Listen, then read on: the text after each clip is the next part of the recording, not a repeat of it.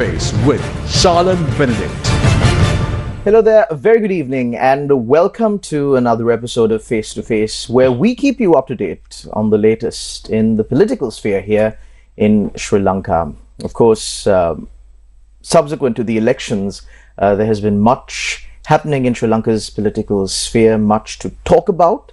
Of course, today we're speaking with a political party that is quite new to Sri Lanka's political scene. Of course, the members of the party are not so new. They've been in Sri Lanka's political scene for a long time. But this time around, they've managed to secure several seats at the local government election as well, bringing an alternate approach to politics in Sri Lanka, one thing that the general public in Sri Lanka were, of course, asking for because the big parties or the major parties in Sri Lanka weren't really delivering what the people wanted. Joining us on our discussion today is Nuwan Bopage, a member of the Executive Committee of the People's Struggle Alliance. A very good evening, Mr. Bopage, and welcome to the show. Good evening, Shannon. So, Mr. Bopage, to start things off, of course, your political party contested the past few elections as a part of your first elections that you're contesting as a political party. The presidential election you contested got votes. The parliamentary election, you were unable to secure a seat in parliament. However, at the local government election, the people have given you 16 seats at local government bodies across the country. So let's start off from there. Now, local government bodies was the talk of the town just a few weeks ago. We saw a lot of drama, people going to court, the question as to if it should be a secret ballot or an open ballot, and unholy alliances, if you will. Much talk about the local government scene, but all of a sudden it seems to have died down.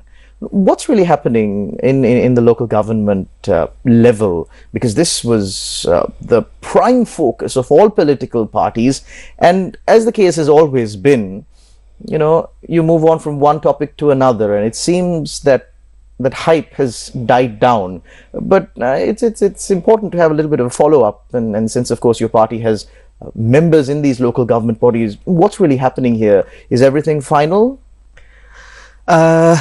I think so.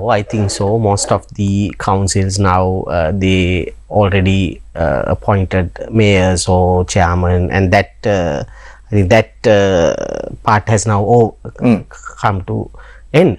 The thing is now, after the amending the law of local authorities election, of course, now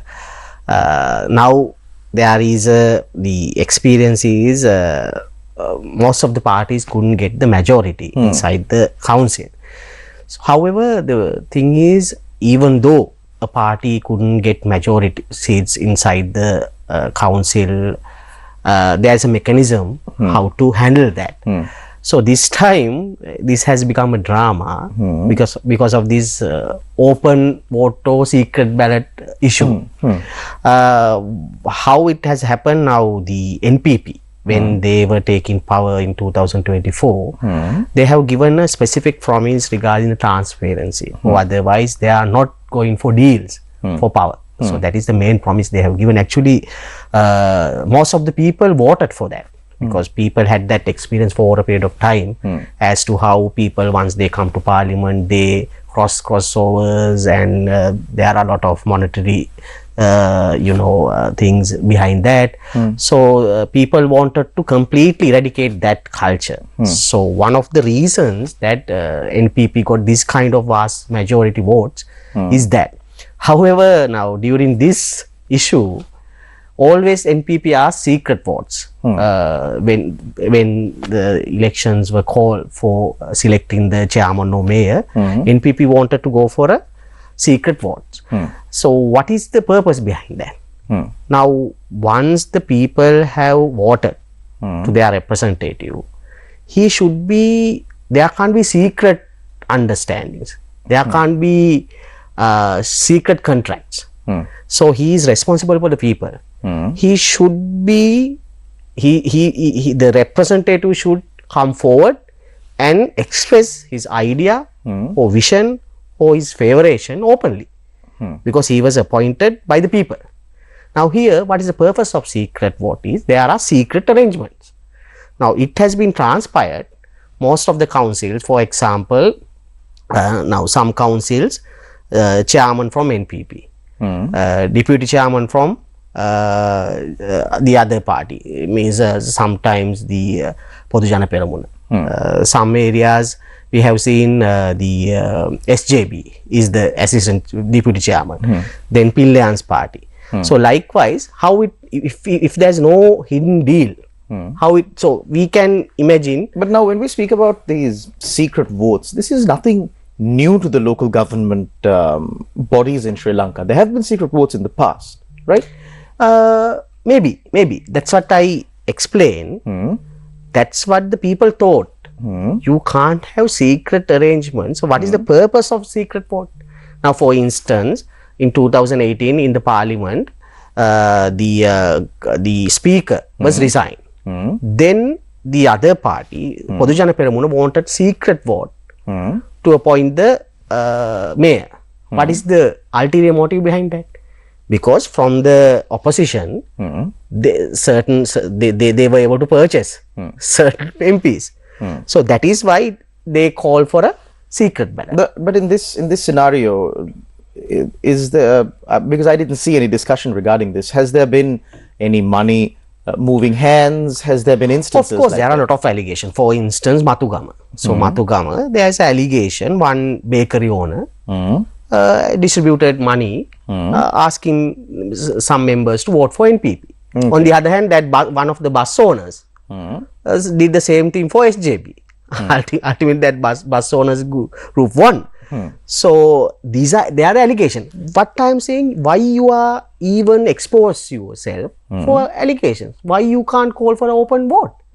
So your members, opposition members, if they are standing with NPP, they should have that backbone to say that we are supporting NPP because we like their policies. But you said now that the general public voted for the political parties for the promises that they gave before the general election, before the local government election.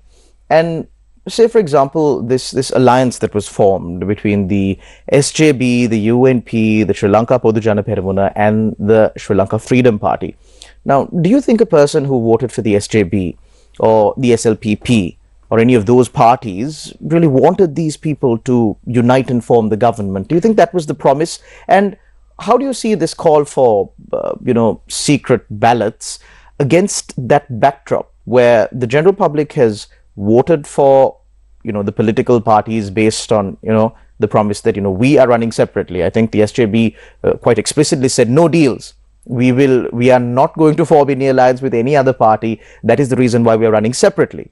And once they say that before the election, and then after the election, once the NPP, of course, got a resounding victory, and for the simple purpose of kind of thwarting their gains at the local government election, you go back on that promise and form an alliance simply for the purpose of defeating the NPP at that, election of chairman or election of the mayor in the local government bodies.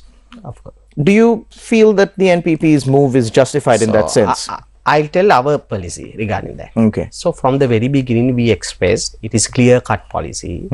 Whoever wins the majority seats should be allowed to form the local authority. It doesn't have to be an absolute majority. Not absolute majority. Okay, understood. So then we know the NPP got the majority seats.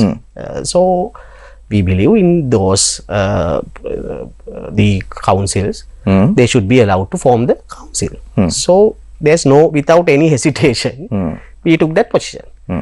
On the other hand, did you vote for the NPP in those councils where they had the majority? We are independent. Our decision was throughout, when it comes to the election to appoint the mayor or president, we were independent. Because so you didn't vote? We didn't vote. We didn't. Okay. We abstained from voting. There's a reason for that, because the economic policy, the IMF-based economic policy, and these Indian agreements. So if we vote for them, it gives an indication we are also in line with these policies. We are not in line with these policies.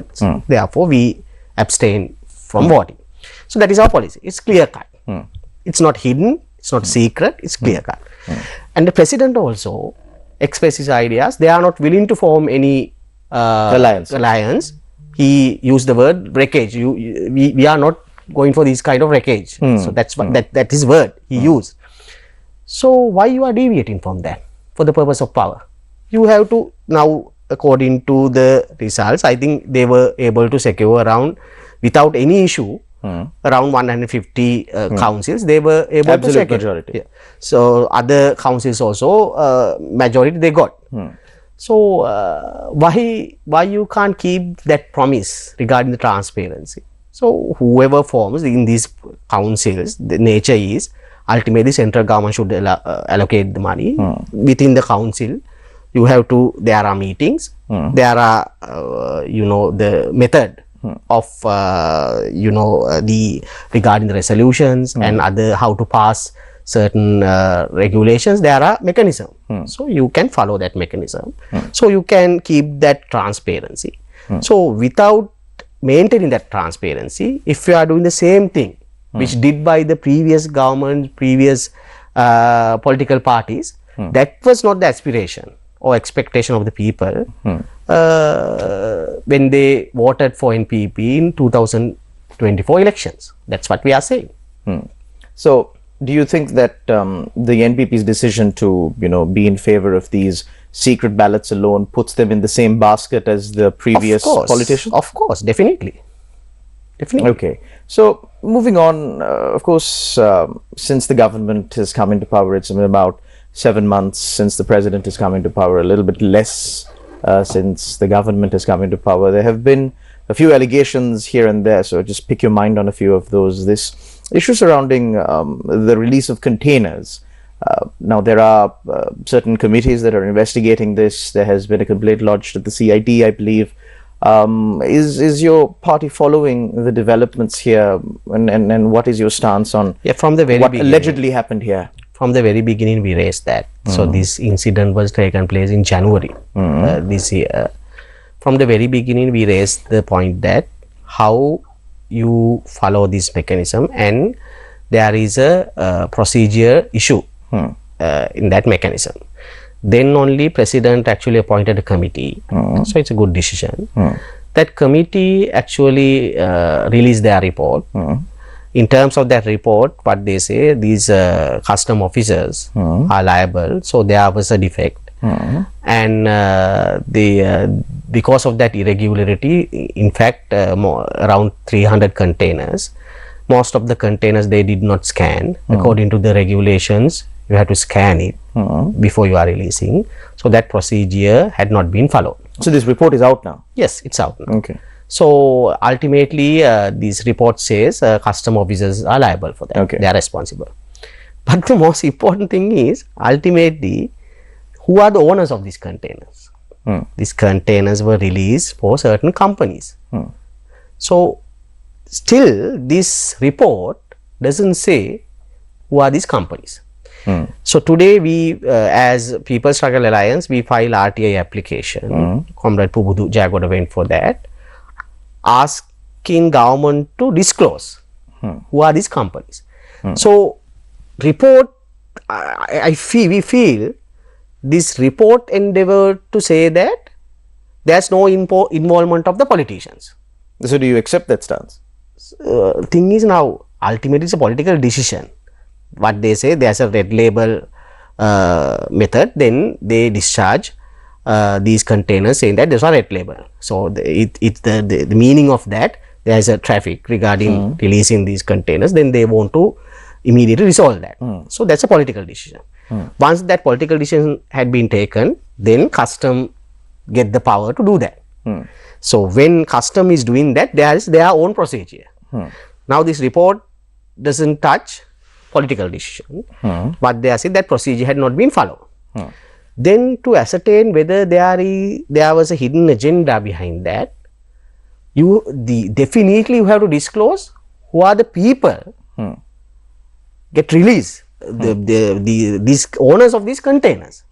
This report or government is very reluctant to disclose that. Then what we are saying, people, that is what from the beginning, even you asked regarding the councils, these kind of issues are now arising out of certain conduct of this government. Transparency. Now, for instance, Indian agreements. Last April, 5th of April, around 7 agreements signed with India. Government is not willing to disclose content. But I believe there were journalists who got a hold of these agreements, and I think they wrote even in the Economy. 2 agreements actually unofficially circulated. Yes, yes. Now, we file RTI application, government refused to give that. So, there are 7 agreements. There's a defense agreement. For defense agreement, it was a memorandum of understanding. Yeah, ultimately it's an agreement. So, memorandum of understanding, the next stage is going to a complete agreement. But the initial understanding is very important. This is bilateral agreements. So, thing is now defense agreement, but their answer was there are some non-disclosure clause. So, they can't disclose without permission of India. What I want to raise, now there were several speeches inside this parliament when Anukumar Sanayaka was parliamentarian, when the Ranil Wickremesinghe and especially Mahinda Rajapaksa was signing agreement with China, he asked at least you have to submit this to the parliament. So, why they are doing the same thing?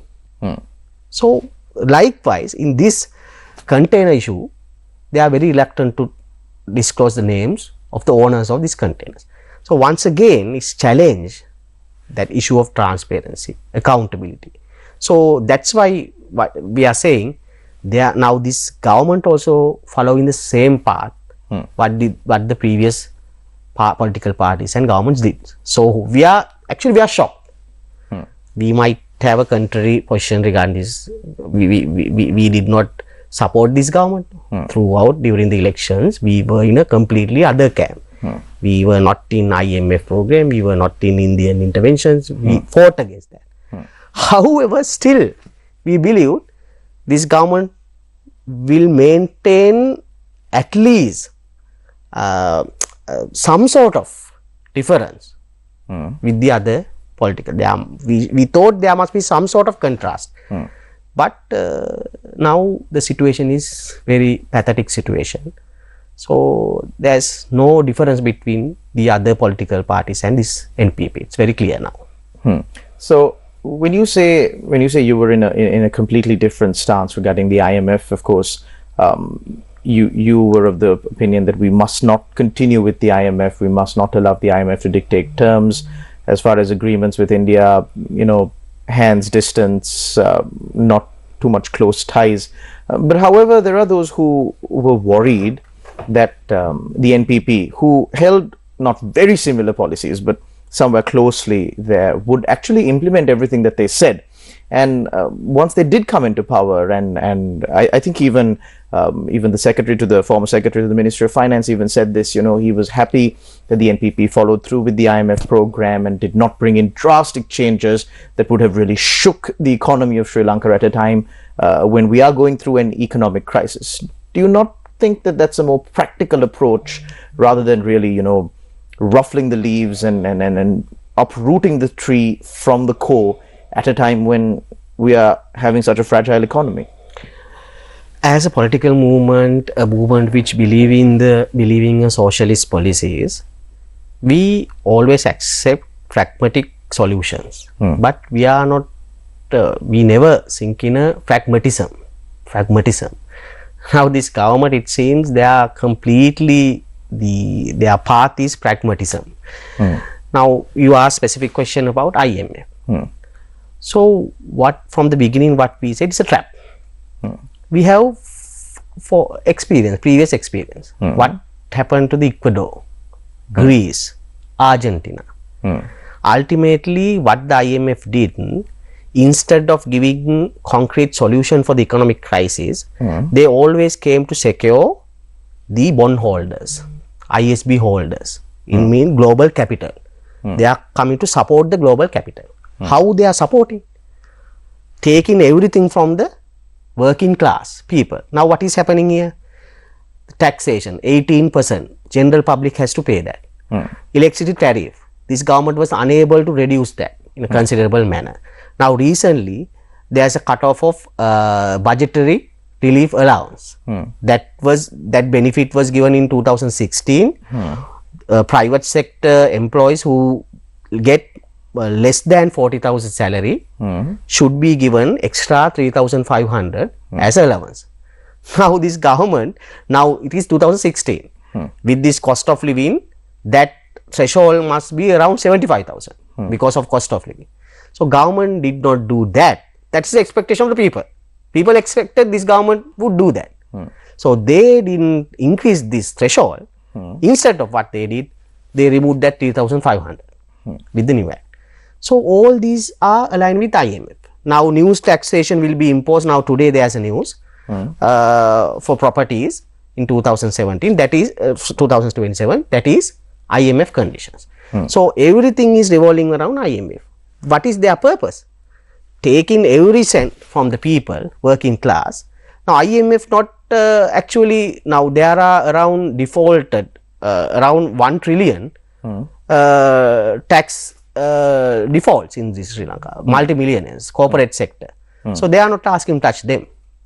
Then we know but of course the government is taking action to recover. We are waiting. We are waiting. Money. Yes, of course. But we are, cases have been filed in the magistrates court.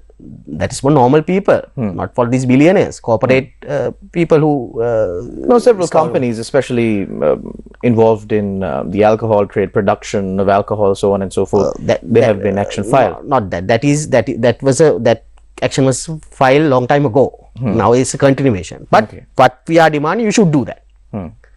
But the IMF is concerned, they are not willing to touch them. For instance, in the guise of debt restructuring, they actually the restructuring process, they touch only the pension funds, EPF, ETF. That is people's funds, so pension funds of the working class.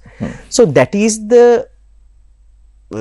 how IMF doing their agendas inside the country. But so of course, on that point, I don't think it was specifically the IMF that said, take it from the EPF, ETF. The IMF told the government, you need to restructure your local debt.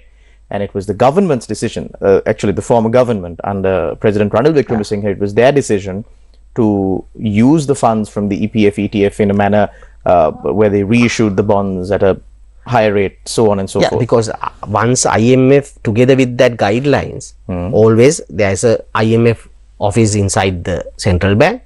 There is IMF office in the treasury. So under their guidance, only all these things are doing. Otherwise, Ranil Wickremesinghe didn't do single thing according to his wishes. Everything. Now that's why the former secretary appraising him. Why? That's why former secretary appraising Anura Kumar Disanayake, because they followed IMF agenda to the letter. So we are against that. You can't appraise that. Who are suffering? People are suffering day to day. How many suicide rates?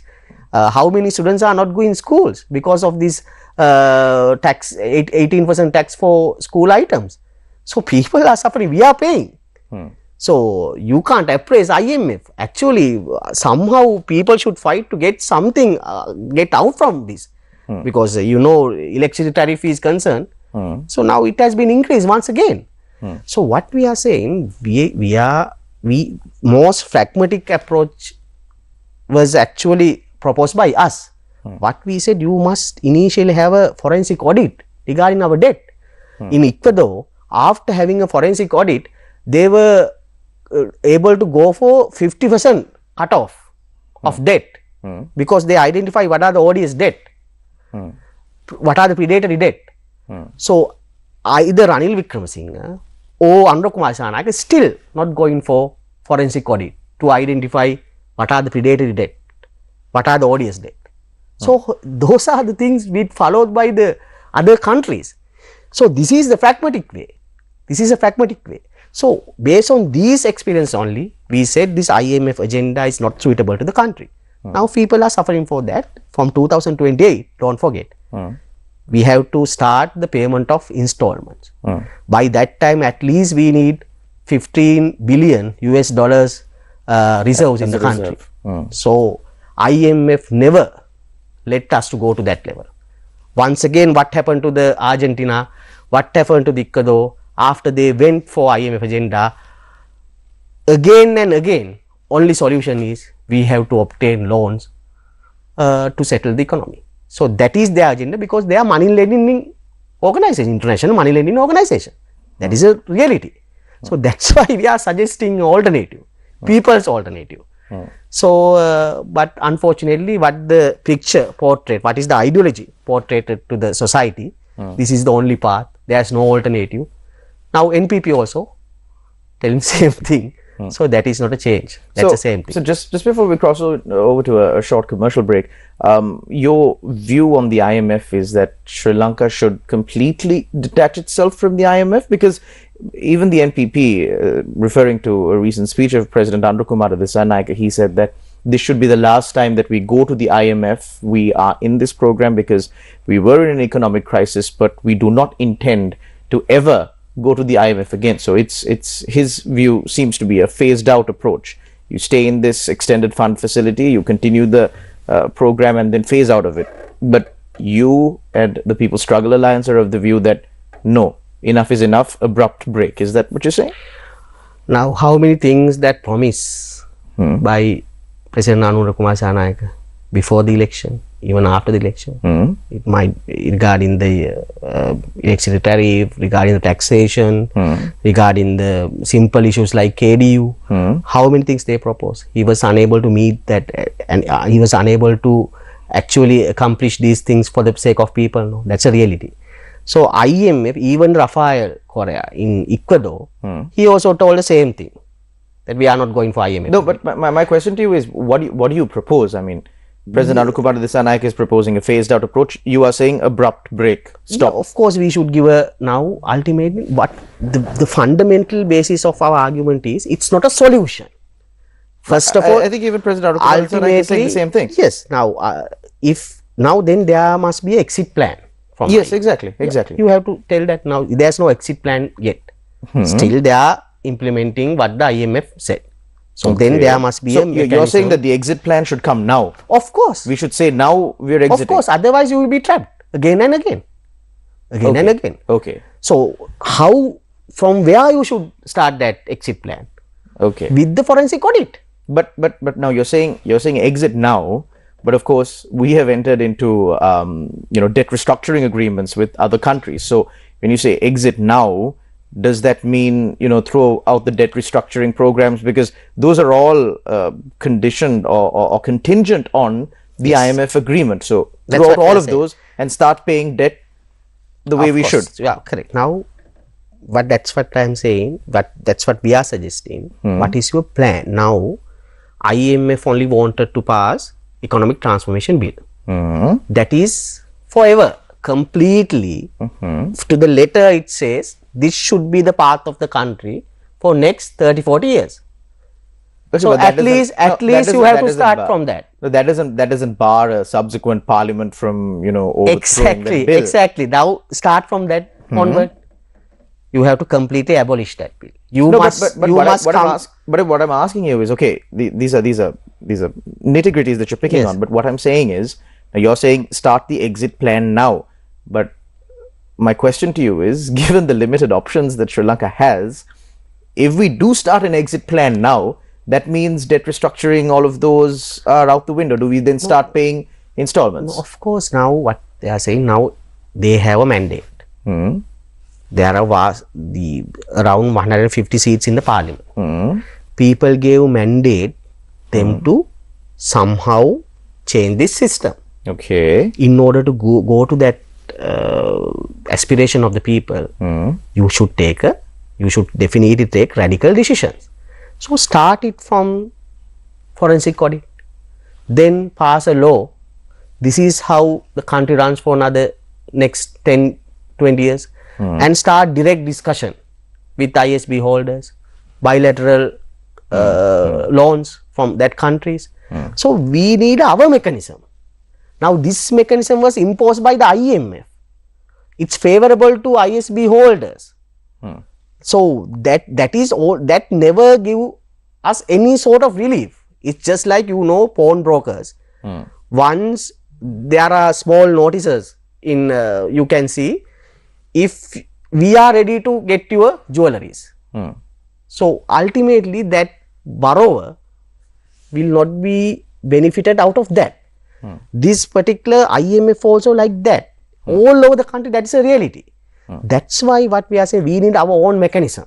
You have a mandate for that. So you have to directly come before people and tell, this is our procedure. This is what we are going to do. If Anura Kumar Disanayake want to continue the same thing, what the Ranil Wickremesinghe did, why people change this government? People would have let him to be there, Ranil Wickremesinghe. So that's why part of the reason secretary's speech is very important. Former Treasury Secretary's speech is very important. He said this government, he thanked this Anura Kumar Disanayake, continue, actually gave that assurance, he is going to continue Ranil Wickremesinghe's policy. That is not the aspiration of people. People voted against Ranil Wickremesinghe. Go for an alternative, go for a radical path, give relief to the people. So there must be a very, very novel and very creative economic policy. So that was the aspiration of the people. But now that is not what happening on the ground. Well, of course, there were several reasons why the people voted for change in parliament, and just as much as people, wanted the economy of Sri Lanka to, maybe change in certain ways, there was also a large issue of corruption that we are seeing right now, facts being uncovered. We'll cross over to a short commercial break and return to this interesting conversation with Mr. Nuwan Bopage right on the other side. Stay tuned. You're watching Face to Face. Newsfirst, Face to Face with Shalan Benedict.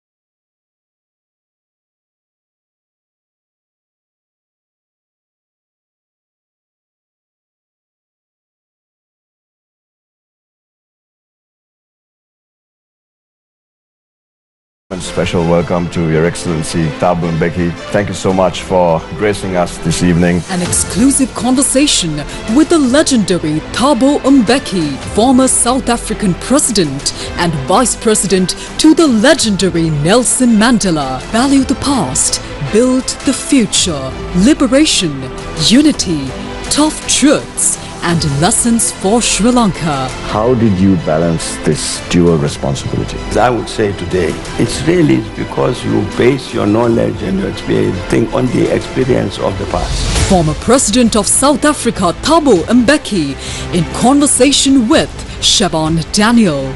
On air on Wednesday the 9th of July at 10:30 p.m. on Sirasa TV.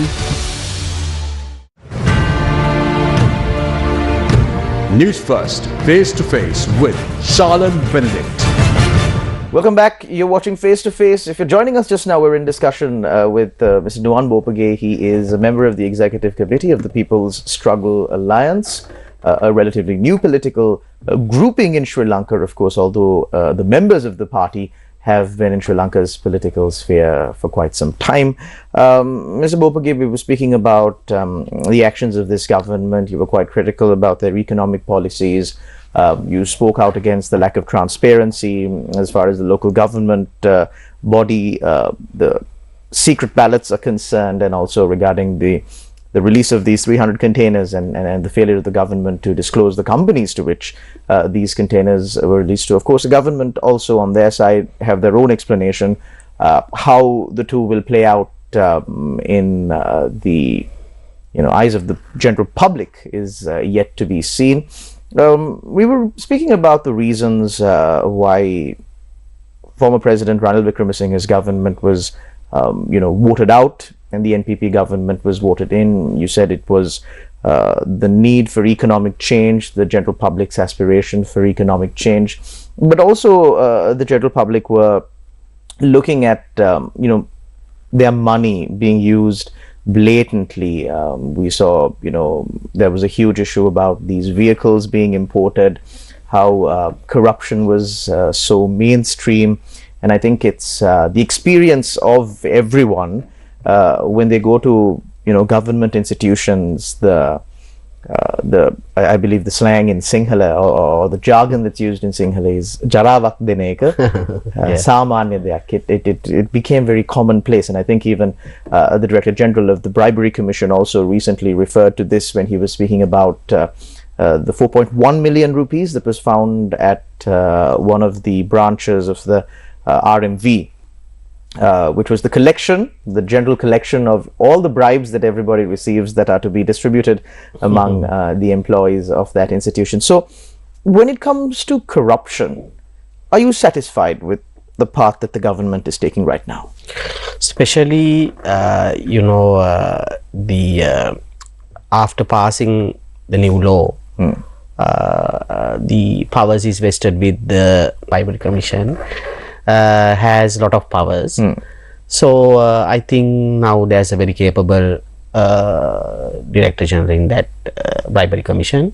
So we can see from media certain arrests were taken place and certain people were actually indictments were served. So that process actually going on. Actually. But the thing is, this failure of system is not only because of this corruption. We both are practicing lawyers. Inside the registries of courthouses, still the corruption is there. Corruption is there. So it's a part and parcel of this system because of the exploitation. Now I think, Shan, you can remember Minister Lal Kanta went to a warehouse in his agriculture department under the Paddy Marketing Board. Okay. And he posed a question to a lady there, what is your salary? She said her salary is 35,000 monthly salary. Now this Mr. Lal Kanta was a union leader. Now he was shocked, he was laughing. What can you do by taking 35,000? So that is the starting point of most of this corruption, the lower level. I'm not talking about the white collar things. Okay, lower level people, they don't have proper wage. At the same time, cost of living is very high. So sometimes reluctantly they were compelled to go for corruption. So that is the biggest picture on this. So we have been experiencing that everywhere. So therefore, that's what I'm saying. But that's not where the biggest corruption happens. That's not where the most money is stolen. What I'm saying now, generally, that is now we don't have any these high level corruptions, the white collars doing certain corruptions. So those corruptions, of course, people wanted proper mechanism to stop these corruptions, especially the politicians. So now that mandate is there, this government can do that. So we thought that we saw that Bribery Commission is taking certain steps. So definitely we should do that. And that is happening. It seems that happening. Okay. But there must you still don't know for more sure. improvements rather than going for media shows, because after serving the indictment there should be a trial. Just arresting and enlarge on bail, that is only a news. But after a trial they should be punished. That's a long mechanism. Still that funds for that long mechanism have not been allocated for Bribery Commission. Still there's no sufficient fund in the Bribery Commission. At the same time, no sufficient amount of the staff to carry on these investigations. Still that has not been happened. So government should consider about that. You have to allocate more money, and at the same time you have to there must be sufficient staff in this institution.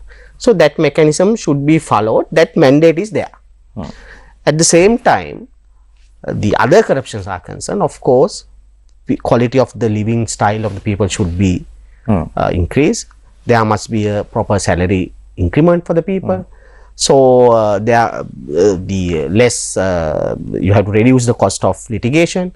So unless you do these things, you can't completely eradicate the corruption, because it's a part and parcel of this system. Because always there is, in this system is concerned, you know, social disparity is one of the main thing. You know, around 65% of our economy is holding by around 5% of the population.